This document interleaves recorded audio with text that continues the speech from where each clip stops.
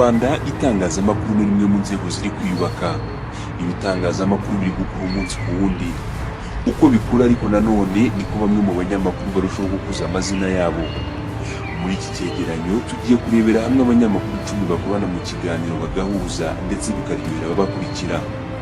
Hari ibiganiro bimaze kubaka amazina ndetse usanga kenshi bikurikiranwa n'umubare munini, gusa bikaryoha cyane iyo bihuriwemo n'abanyamakuru runaka.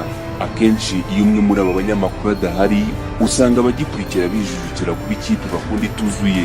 Kuba abanyamakuru bakorana bahuza ku buryo benshi banyurwa, ndetse rimwe na rimwe umwe yabura mu kiganiro bigahita byumvikana ko hari ikiburamo byose bya benshi.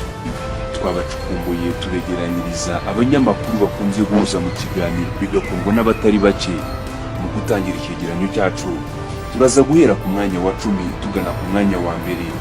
Icyakora nakubeshye, nanjye ndumva mfite amatsiko.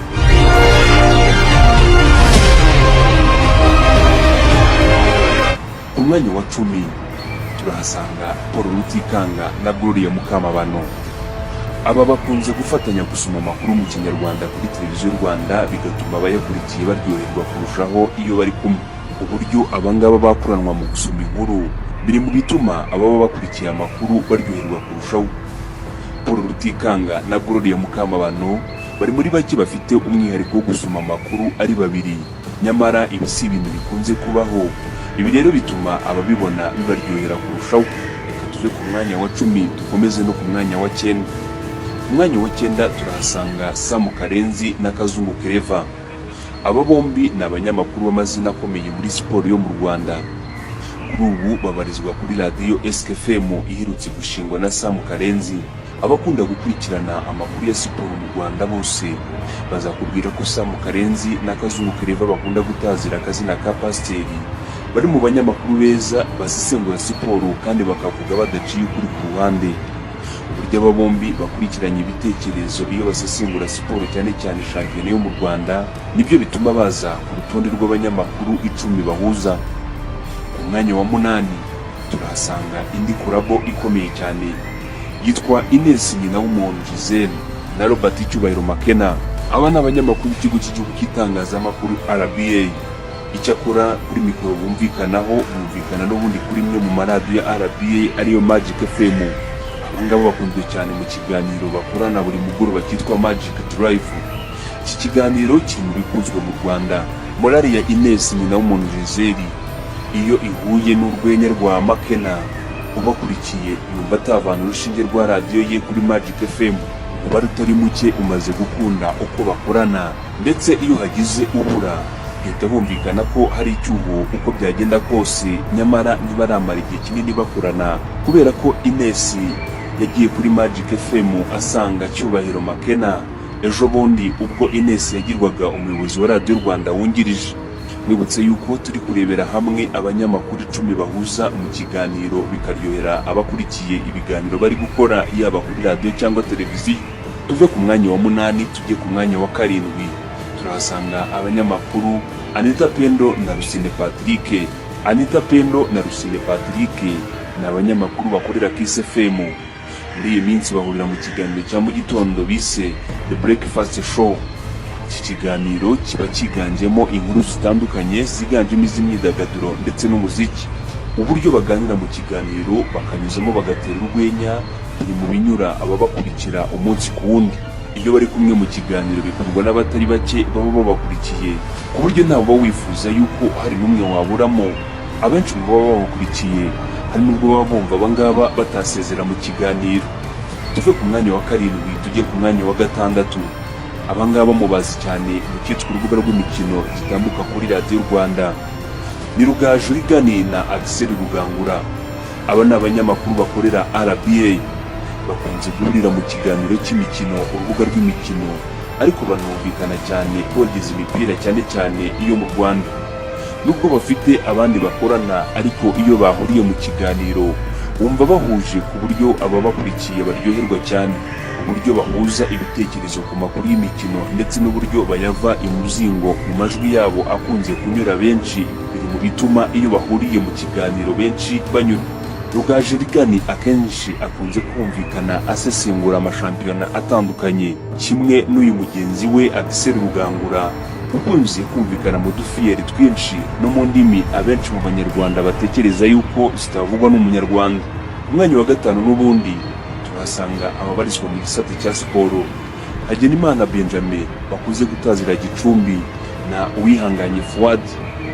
Abanyamakuru bamenyekanye cyane mu kiganiro cy'imikino cya Telezone kuri Radio 10, aho babaga basesengura amakuru y'imikino y'i Burayi banogeza imipira ya shampiyona zitandukanye zo kuri uyu mugabane. Nyuma y'uko haje BNB FM, aba nibo yahereyeho ibura ndetse bakomereza y'ikiganiro gisa n'icyo bakuraga kuri Radio TV 10 bise Sport Bar. Inshuro nyinshi aba banyamakuru bagiye bagira bagenzi babo bakorana mu biganiro byabo, gusa iyo batakoranye bihita byumvikana ko harimo impinduka, kabone n'ubwo n'uwasimbuye umwe muri bo yaba agerageza guhuza n'uwasigaye, ariko bawumva hari byinshi cyane biri kuburamo. Abangaba ni abagabo bakunze gutera urwenya iyo bari mu kiganiro, bakanabihuza n'ubuhanga bafite mu gusesengura ruhago, uburyo uba wumva biryoheye amatwi utifuza guhindura urushinge rwawe rube wajyana ahandi. Reka tuve ku mwanya wa gatanu twerekeze ku mwanya wa kane. Turahasanga uwitwa Oswald Buteyezu na Nkusi Rameshi bakunze kwita Papa Kibizu. Aba ni abanyamakuru ba Radio TV 10 bahurira mu kiganiro cya mu gitondo cyitwa Zinduka. Iki kiganiro gisesengura amakuru aba yaraye avugwa ndetse n'inkuru zibyukiye ku isi. Abangaba bakundwa cyane kubera uburyo basesengura amakuru atandukanye, bakananyuzamo bakagira n'urwenya.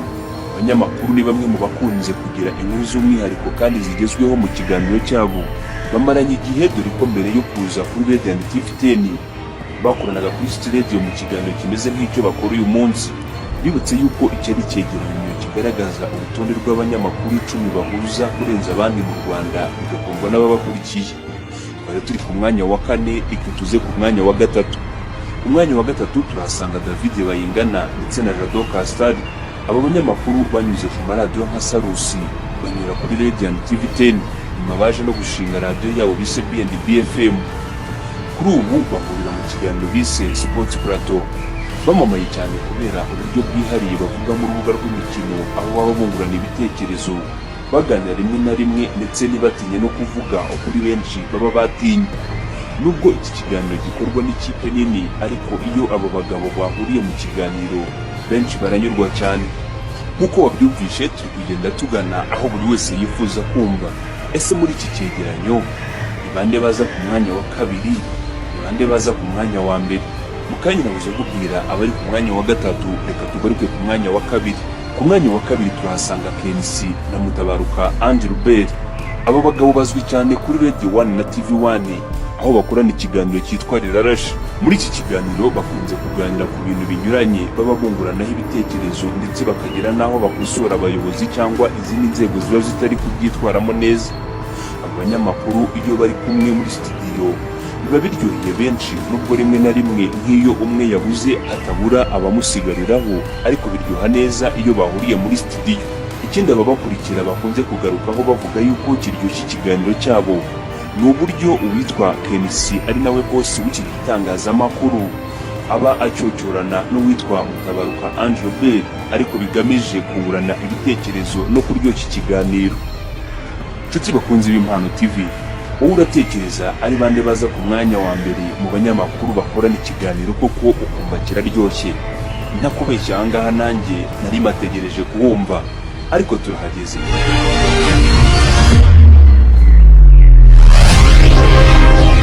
Ku mwanya wa mbere turahasanga uwitwa Jean Daniel Sindayigaya JDS na Nyirarukundo Savera. Aba ni abanyamakuru bakunzwe cyane kuri Radio Rwanda, aho bakora ikiganiro cyitwa Makuru ki mu binyamakuru. Iki ni ikiganiro kiba buri wa gatandatu w'icyumweru. Uburyo basoma amakuru bakuranwa